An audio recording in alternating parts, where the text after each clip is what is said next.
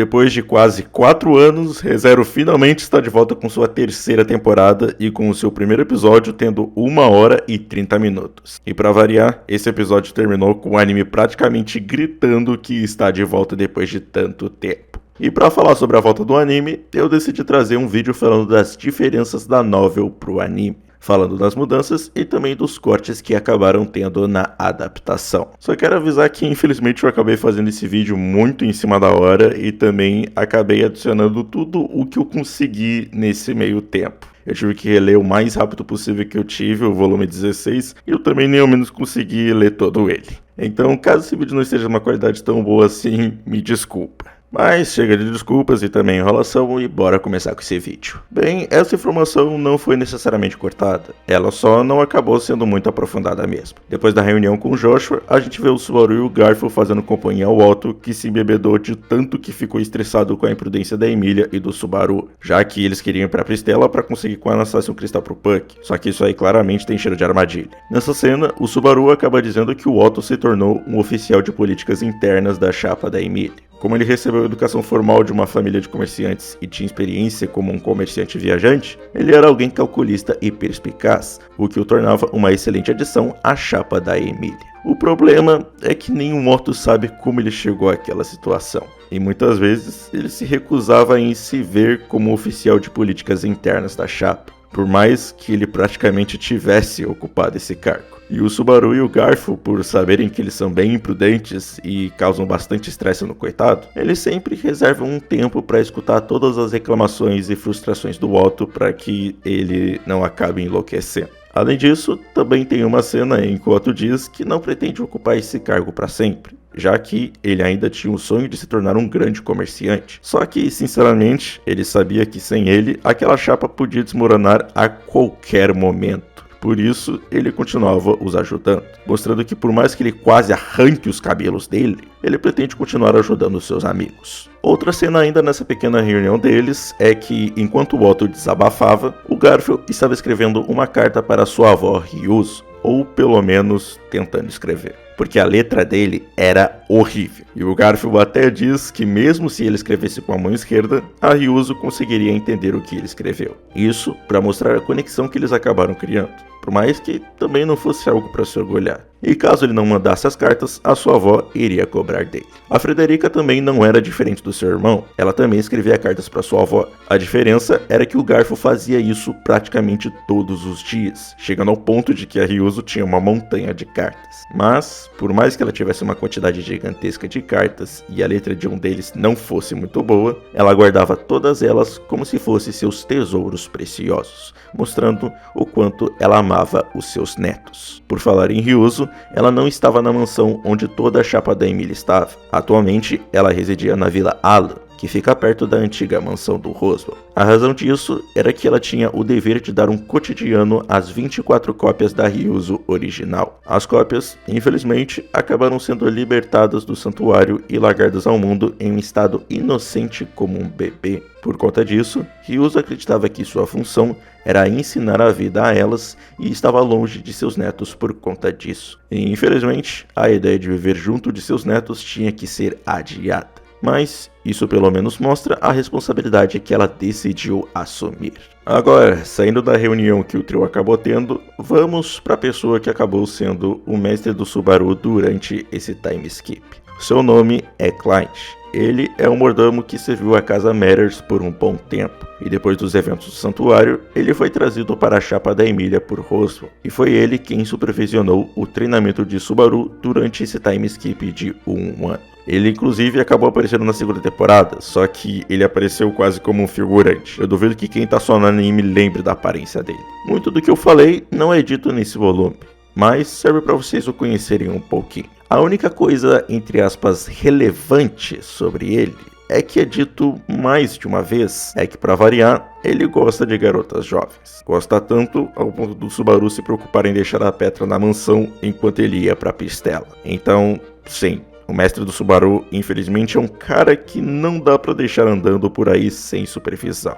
Agora, indo pra Pristela, vamos pra cena quando o grupo acaba se encontrando com a Anastasia. Nessa cena, o Julius acaba ficando pasmo quando vê a Beatriz, e o Otto, passando vergonha, pensou que o Julius estava falando com ele, mas pra tristeza dele não era isso. Essa vergonha que o Otto passou não existe na novel, ela só acontece no anime. Provavelmente eles criaram essa cena só pra sacanear e chutar o coitado do Otto. O Otto é humilhado e também muito chutado nesse volume, cara, é sacanagem. Mas enfim, deixando o quanto o Otto ele é judiado de lado, uma coisa que foi cortada foi na interação do Julius com a Beatriz. Nessa interação, o que foi cortado é quando a Beatriz, numa tentativa de fortalecer seu orgulho, diz para o Julius não se achar só porque ele era um bonitão que abalou o coração de espírito dela.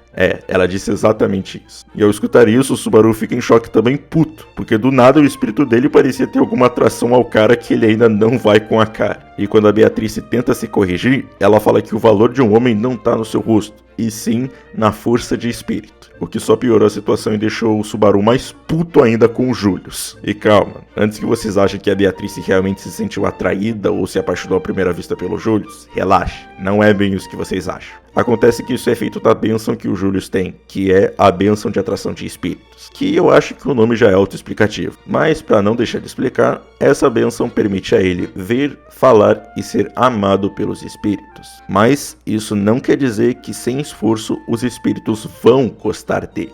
Isso só facilita a relação dele com os espíritos. A própria prova disso é a Beatriz, que como ela disse, ela ficou abalada. Mas isso não quer dizer que ela gostou do Julius ou vai acabar traindo o Subaru assim. Até mesmo o próprio Julius acaba assegurando isso. Isso foi só efeito da benção dele. Então podem relaxar, galera. Agora, bora pro nosso menino Garfield. Durante esse 1 ano depois do santuário, ele acabou desenvolvendo uma técnica onde ele consegue sentir se a pessoa é forte ou não só olhando para ela. Ele até mesmo usou essa técnica quando o Joshua e a Mimi acabaram visitando eles. E ele viu que o Joshua não era muito forte, mas viu que a Mimi era assim bem forte. O que já acabou deixando ele bem na defensiva, e vendo que tinha alguma coisa que a Anastasia queria aí. E isso é uma técnica bem útil. Pena que por conta dela, ele sentiu a força do Reinhardt, trancou na mesma hora e agora tá com um baita senso de inferioridade.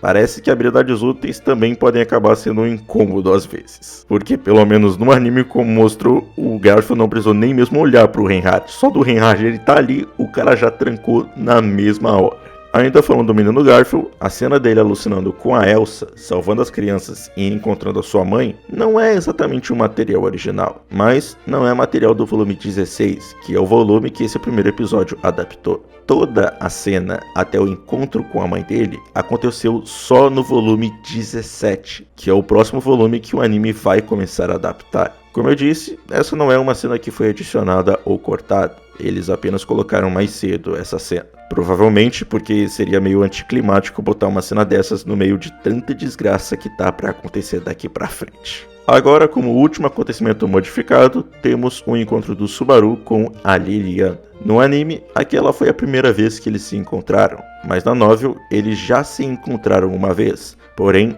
não foi na série principal, e sim no volume 1 da série spin-off ReZero Tapencho, onde a Liliana se hospedou na mansão do Rodo. Ela tinha alguns problemas como pessoa, mas graças às suas canções, ela compensava bastante isso. A voz dela encantava tanto as pessoas da mansão, que até mesmo a Beatriz, que na época era aquela mal-humorada, ficou bem encantada com ela. Isso para mostrar o quanto a voz dela realmente tem efeito nas pessoas. Agora, o que exatamente aconteceu nesse volume eu não tenho muita certeza, eu não tive muito tempo para ler ele. Inclusive, pelo que é dito no volume 16, durante a hospedagem dela, o Subaru prometeu a ela que ele se tornaria um herói. E a Liliana, quando viu o Subaru e também dos feitos que ele acabou tendo, acreditou que ele tinha cumprido a promessa dele. Infelizmente, ele ainda não acha que se tornou um herói de verdade. Por isso, ele prometeu a Liliana que quando ele se tornasse um herói, ele contaria todas as aventuras que ele acabou tendo para ela. O que acabou a deixando bem mais feliz do que ela parecia no anime,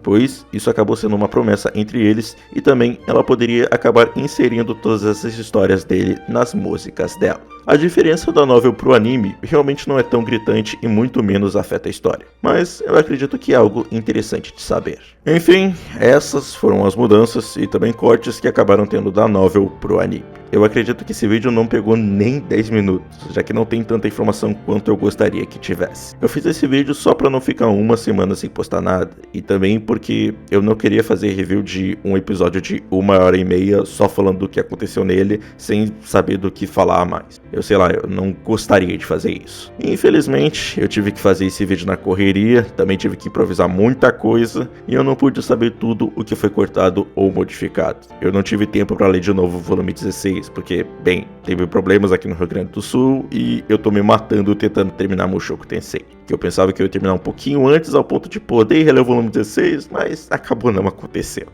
Então eu peço desculpas caso esse vídeo não tenha atendido muito as suas expectativas, ou eu não tenha deixado tanta coisa interessante assim. Mas, caso eu faça um vídeo igual a esse de novo, eu pretendo me preparar melhor e fazer ele um pouco maior e com algumas coisas mais interessantes. Mas, enfim gente, vocês sabiam desses cortes e mudanças que acabaram tendo no primeiro episódio? Eu deixei alguma coisa de fora? É claro, mas eu gostaria de saber exatamente o que eu deixei de fora. Comentem aí porque eu vou querer saber, além de que isso também vai servir bastante para complementar o vídeo. Então, se você não é no canal, por favor se inscreva e ative o sininho para não perder mais nenhum vídeo, deixa o like, ele ajuda pra caramba, não esqueçam de hypar o vídeo mais de uma vez, porque isso ajuda pra caramba, me sigam nas minhas redes sociais, e então, até o próximo vídeo.